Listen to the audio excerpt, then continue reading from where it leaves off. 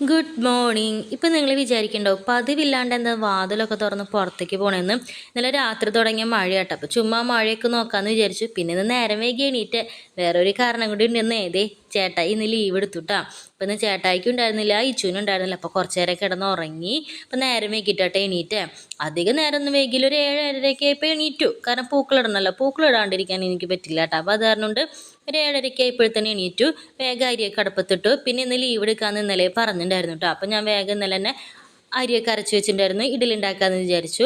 അപ്പോൾ ചേട്ടായിന് ഒരു ദിവസം കിട്ടുമ്പോഴാണ് ഇങ്ങനെയൊക്കെ എന്തെങ്കിലുമൊക്കെ ചെയ്യാറുള്ളത്. കാരണം എല്ലാവരും കൂടി ചെയ്യുമ്പോഴല്ല അതൊരു രസമുള്ള, എല്ലാവരും ഉണ്ടാകുമ്പോഴാണ് നമുക്കിങ്ങനെ ഒരുമിച്ചൊക്കെ ഇരുന്ന് കഴിക്കാനും അതൊരു പ്രത്യേകതയല്ല. ശരിക്കും പറഞ്ഞാൽ എനിക്ക് ഞായറാഴ്ച പോലെ തോന്നാട്ടെന്ന് ചേട്ടായിക്കൊന്നും ഇല്ലല്ലോ. അപ്പം എന്താ പറയുക, പ്രത്യേക ഒരു സന്തോഷമൊക്കെ ഉണ്ട് കേട്ടോ.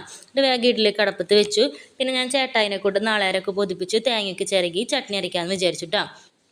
കൂട്ടാമണി ഒന്നും ഇപ്പോൾ നോക്കണില്ല, ചേട്ടായി വീട്ടിലുള്ള കാരണം കൊണ്ട് കുറച്ച് പരിപാടികളൊക്കെ ഉണ്ട്. പിള്ളേരുടെ മുടിയൊക്കെ വെട്ടിക്കാൻ പോകണം, പിന്നെ കുറച്ച് സാധനങ്ങൾ മേടിക്കണം, അത് ഇതൊക്കെ ചെയ്യാനുണ്ട്. അപ്പോൾ കൂട്ടാൻ്റെ പണി പിന്നെ നോക്കാമെന്ന് വിചാരിച്ചു. രാവിലെ എന്തായാലും ഇഡ്ഡലിയും ചട്നിയൊക്കെ കൂട്ടി കഴിക്കാമെന്ന് വിചാരിച്ചു.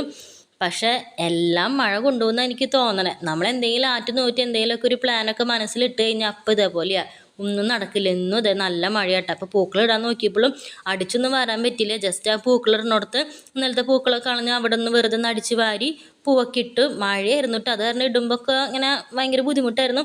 എന്നാലും ഞാൻ അഡ്ജസ്റ്റ് ചെയ്ത് പൂക്കളിട്ട്. എങ്ങനെയുണ്ട്, സൂപ്പറായിണ്ടാ. അത് കഴിഞ്ഞിട്ട് പിന്നെ ഞാൻ ചേട്ടായി വീട്ടിലുള്ള കാരണം ഒരു ഏലക്കായൊക്കെ ഇട്ട് ചായയൊക്കെ വെച്ച് ഇഡ്ഡലിയും ചട്നിയും കൂടി അങ്ങോട്ട് കഴിച്ചു. അപ്പോൾ എൻ്റെ ഇങ്ങനത്തെ കുഞ്ഞു കുഞ്ഞു വീഡിയോസൊക്കെ ഇഷ്ടമാണെങ്കിൽ ചാനലൊക്കെ ലൈക്കൊക്കെ ചെയ്ത് സബ്സ്ക്രൈബ് ചെയ്ത് സപ്പോർട്ട് ചെയ്തോളൂ കേട്ടോ. അപ്പോൾ ടാറ്റാ ബൈ, സീ യു.